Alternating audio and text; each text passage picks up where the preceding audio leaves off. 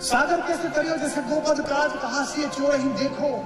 तो उसने कहा अरे तू मेरे दोस्त का लड़का है, बाली मेरा दोस्त था और तू समझता नहीं है बेटे, देख मुझे देख, ये मेरा महल देख, ये नवग्रह चरणों में पड़े हुए हैं, ये शनि देव नीचे पड़ा हुआ है, अरे एक वो तेरा तपस्वी एक कपड़ा पहने हुए दोनों भैया, वो क्या दे देंगे तुझे?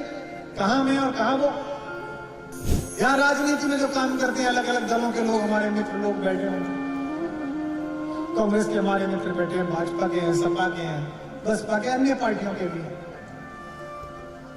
पॉलिटिकल कम्युनिकेशन कैसा होना चाहिए ये भी रामचरितमानस है। तो मैं इस देश में आने वाले विदेशी मेहमानों को ताजमहल नहीं दिखाऊंगा, मैं उन्हें हवाई जहाज हेलीकॉप्टर में उड़ाकर धनुष कोटि के पास समुद्र में पड़े हुए पत्थर दिखाऊंगा जहां से निकल कर मेरा राम गया।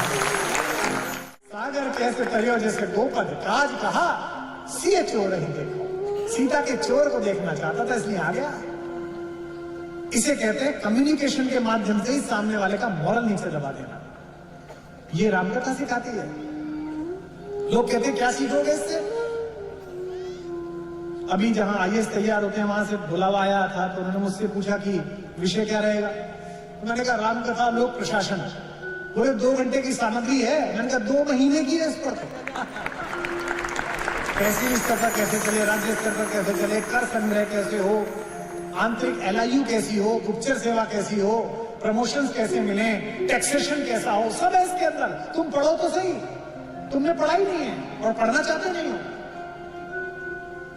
सागर कैसे करियो जैसे गोपद काज कहा सी चोर ही देखो। तो उसने कहा अरे तू मेरे दोस्त का लड़का है, बाली मेरा दोस्त था और तू समझता नहीं है बेटे, देख मुझे देख, ये मेरा महल देख, ये नवग्रह चरणों में पड़े हुए हैं, ये शनि देव नीचे पड़ा हुआ है, अरे एक वो तेरा तपस्वी एक कपड़ा पहने हुए दोनों भैया, वो क्या दे देंगे तुझे? कहां मैं और कहां वो? इसे कहते हैं कम्युनिकेशन। जैसे उसने कहा कहां वो कहां मैं, अंगद बोला ठीक कह रहे हैं अंकल जी, कहां वो कहां आप। तो तुरंत रावण ने अपने सारे चमचम की तरफ देखा कि देखो अब ये मेरी प्रशंसा कर रहा है। उसने कहा बेटे बताओ इन सबको कहां मैं और कहां वो। उसने कहा अंकल बता रहा। उसने कहा अंकल कहां वो रामचंद्र जी और कहां आप। उन्होंने एक छोटा सा बंदर भेजा, वो इस सागर को पार कर गया। उनके भाई ने एक छोटी सी नौक खींची, लक्ष्मण रेखा आप पे वो पार नहीं हुई, कहां वो कहां आप।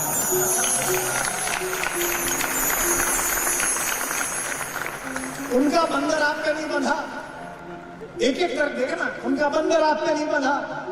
उन्होंने 5 तत्वों में से एक सागर को बांध के पुल बना दिया, कहां वो कहां आप। अंकल आप होगा और अंकल आपका प्रताप क्या बोलूं, वो क्या लड़के कुछ भी नहीं। उनका जो बंदर भेजा था उसकी पूंछ आप पे नहीं जली और उसकी जली पूंछ ने आपकी लंका जला दी, कहां वो कहां आप। यह है कम्युनिकेशन।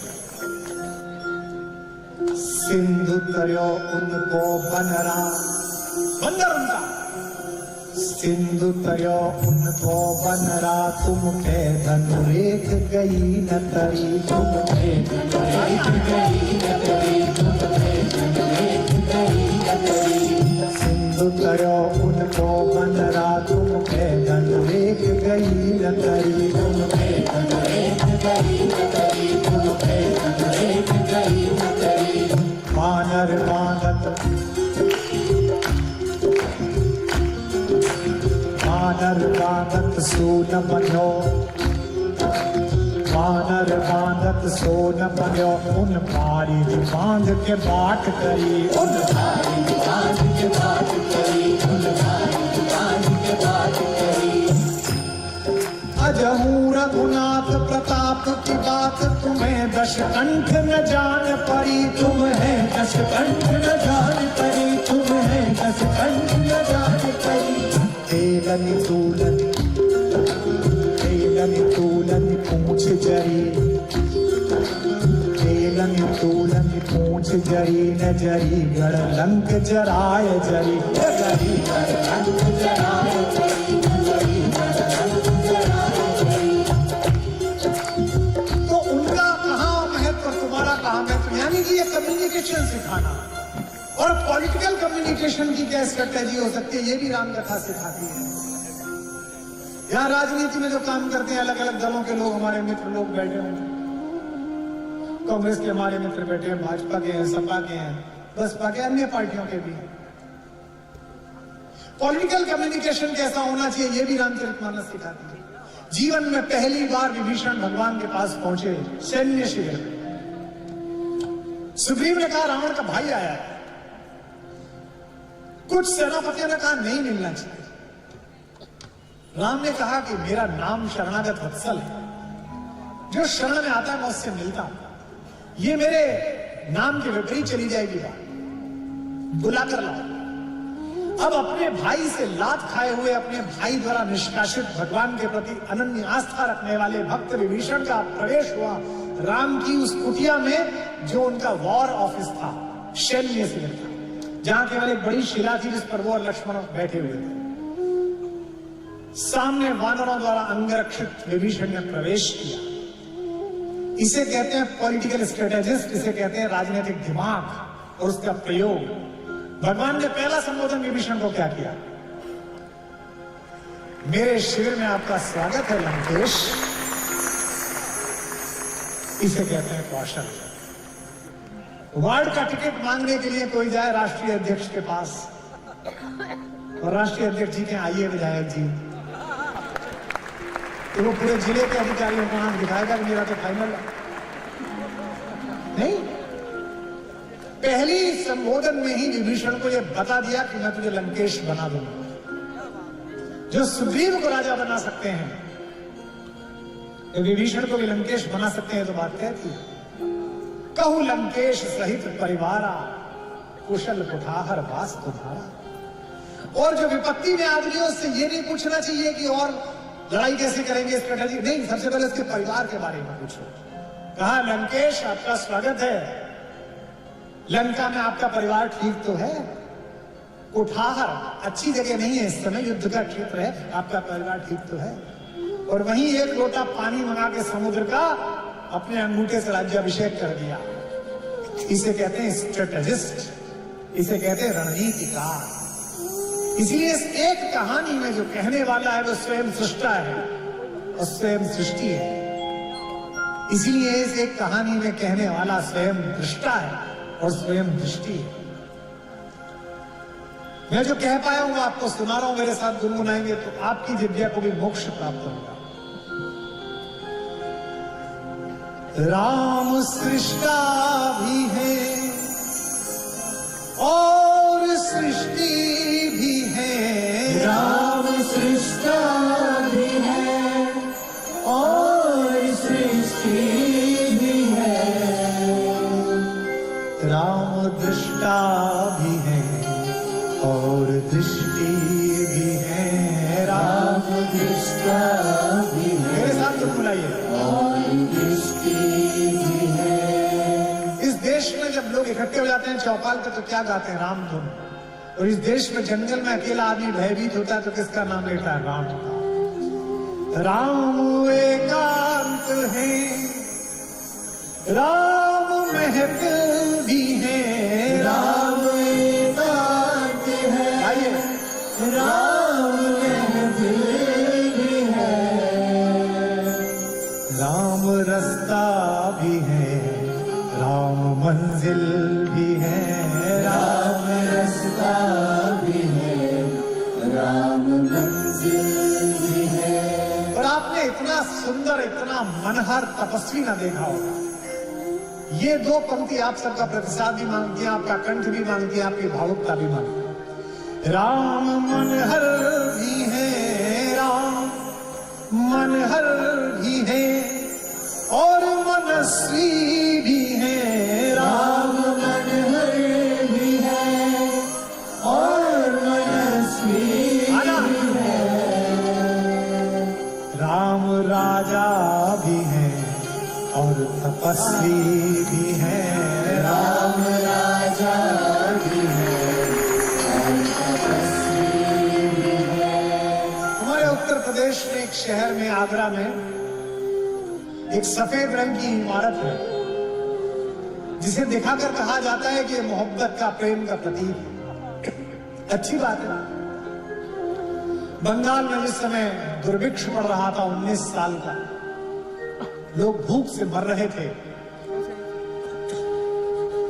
उस समय एक शहंशाह ने लगान के पैसे से उस ताजमहल का निर्माण कराया।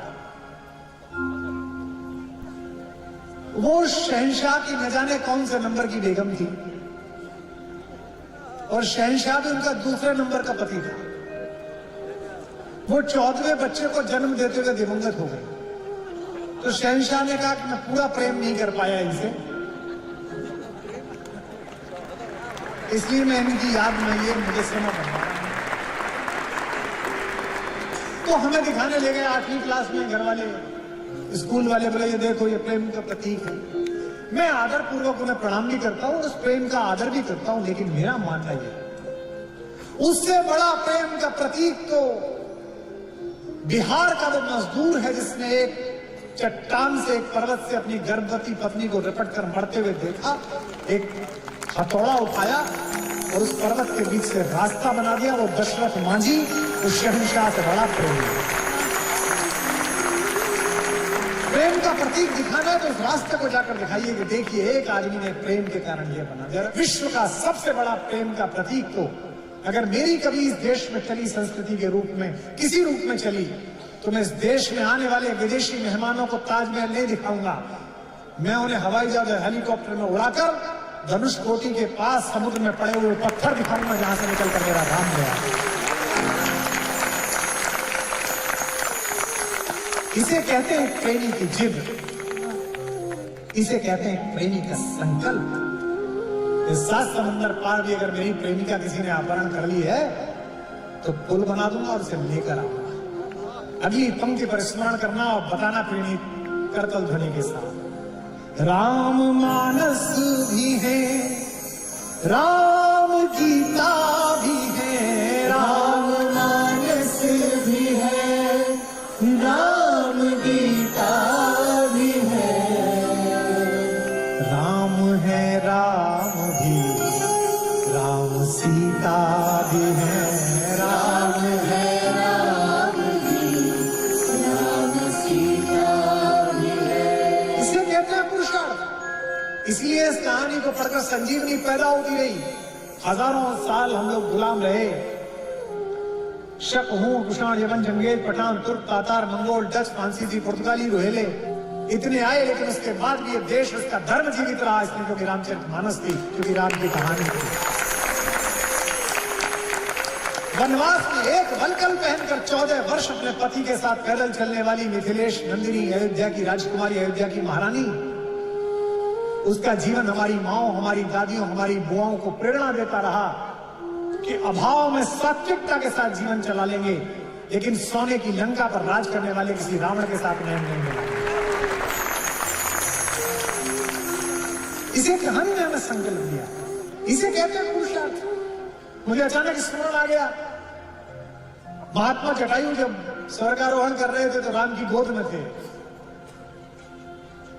जटायु के लिए लोग कहते हैं कि जटायु के पंख थे। हो सकता है भाई, पर मैं वैज्ञानिक व्याख्याएं करता हूं इस कहानी की। मैं मानता हूं कि पंख नहीं थे। जटायु फाइटर प्लेन के पायलट थे और उस समय फाइटर प्लेन में यह सुविधाएं थी कि दूसरे किसी प्लेन में क्या हो रहा है वो अपने स्क्रीन पर देख सकते थे। उन्होंने आकाश में अपनी सर्वेलेंस फ्लाइट के दौरान देखा कि पड़ोस में जाता हुआ एक बड़ा जहाज एयरफोर्स 1, उसमें एक महिला का अपहरण हो रहा है। उन्होंने उस वॉइस सैंपल को डिकोड किया और उसे डेटा में डाला तो आवाज निकली कि ये तो अयोध्या की महारानी सीता की आवाज है। उन्होंने इस अपहरण को रोकने के लिए अपने जहाज पर पूरी शक्ति के साथ प्रहार किया और कहा कि ये जो तुम अपहरण कर रहे हो बंद करो। लेकिन रावणों के जहाज तो मजबूत होते ही हैं। बताइए, आपको देखा होगा, आपने अमेरिका तक बड़े बड़े होते हैं रावणों के जहाज। वो एयरफोर्स 1 था, उसमें मिसाइल ज्यादा थी तो प्लेन क्रैश हो गया, विंग्स टूट गए। कहते हैं ना जटायु के पंख टूट गए, पंख नहीं टूटे, प्लेन क्रैश हो गया। और नीचे इजेक्ट किए हुए जटायु, जिन्होंने स्वयं को इजेक्ट कर लिया था जहाज से पैराशूट से, वो घायल अवस्था में राम को मिले। किसी ने कहा उधर एक प्लेन क्रैश हो गया है, तो राम और लक्ष्मण गए। जटायु पड़े हुए थे, अंतिम सांसें थी। भगवान ने पूछा कि आपका यह हाल कैसे हुआ? जटायु ने पूछा कि तुम कौन हो? तो भगवान ने कहा कि मैं दशरथ का पुत्र, ज्येष्ठ पुत्र राम हूं, ये मेरा छोटा भाई लक्ष्मण है। जटायु ने कहा बेटा, मेरा अंतिम समय अच्छा हो गया, तेरे पिता मेरे बड़े अच्छे दोस्त थे, हम लोग देवासुर संग्राम में साथ लड़े थे। दशरथ इन्फेंट्री के योद्धा है, पैदल्स, और ये किसके हैं? वायुसेना के। बॉर्डर देखी थी, इधर से इन्फेंट्री घुसती है, उधर से, साथ लड़े थे। तो उन्होंने कहा मैं आपको चाचा कह सकता हूं, आप मेरे चाचा हो, मैं आपका इलाज करा। तो उन्होंने कहा नहीं, अब तो चला चली की बेला है। एक बात जटायु ने पूछी, कहा कि तेरी पत्नी का अपहरण हो गया है, मैंने वॉइस सेंट्रल देखा है, वो इधर से गया, रावण लेके गया है। उन्होंने पूछा कि अब मैं ऊपर जाने वाला हूं, तुम्हारे पिता मिलेंगे, दशरथ, उनसे कुछ कह दूं? पुरुषार्थी बनो तो ऐसे बनना, जो मैं अगली बात बताने जा रहा हूं, और मेरे राघव के, मेरे राघवेंद्र सरकार के लिए प्रणाम में अपने हाथ उठाना। इसे कहते हैं राम होना। अहंकार नहीं है, शून्य, मर्यादा पुरुषोत्तम, धीरोदात्त। राम से पूछा कि ऊपर जाके कुछ कह दूं? राम ने कहा नहीं चाचा, ये मत कहना कि उनकी बहू का अपहरण हो गया है। और क्या कहा राम ने? जो मैं राम, अगर मैं उनका लड़का हूं तो कुल सहित, खानदान सहित कहीं दशानन आए। रावण खुद ऊपर आके बताएगा कि क्या हो गया।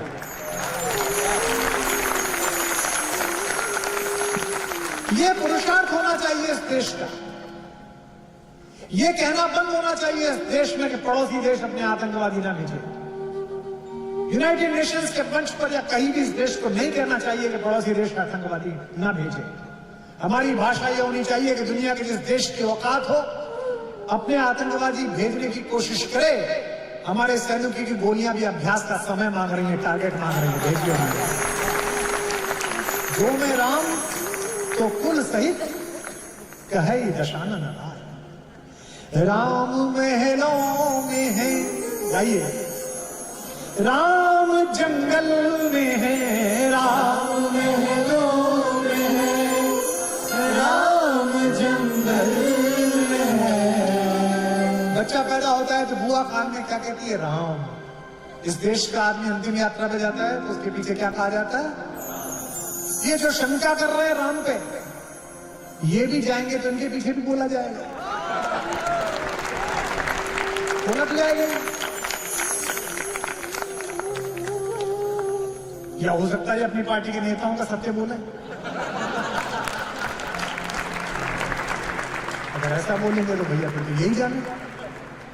अब अगली पंक्ति उन्हीं को संबोधित है। राम महलों में है, राम जंगल में है, राम महलों में है, राम जंगल में है। राम महलों में है, राम जंगल में है, राम महलों में है,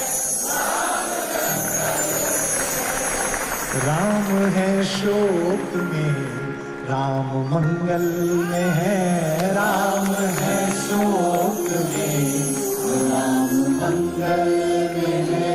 राम हर युग में है, राम हर पल में है, राम हर युग में है, राम हर पल में है। राम है आज में, राम ही कल में है, राम है आज में, राम ही कल में है। राम गृहस्थ है, पहला देवता जो एक साथ दोनों चीज है, पत्नी के साथ भी रहता है लेकिन ब्रह्मचारी भी है वन में। राम गृहस्थ है, राम है संत भी, राम गृहस्थ है, राम है संत भी।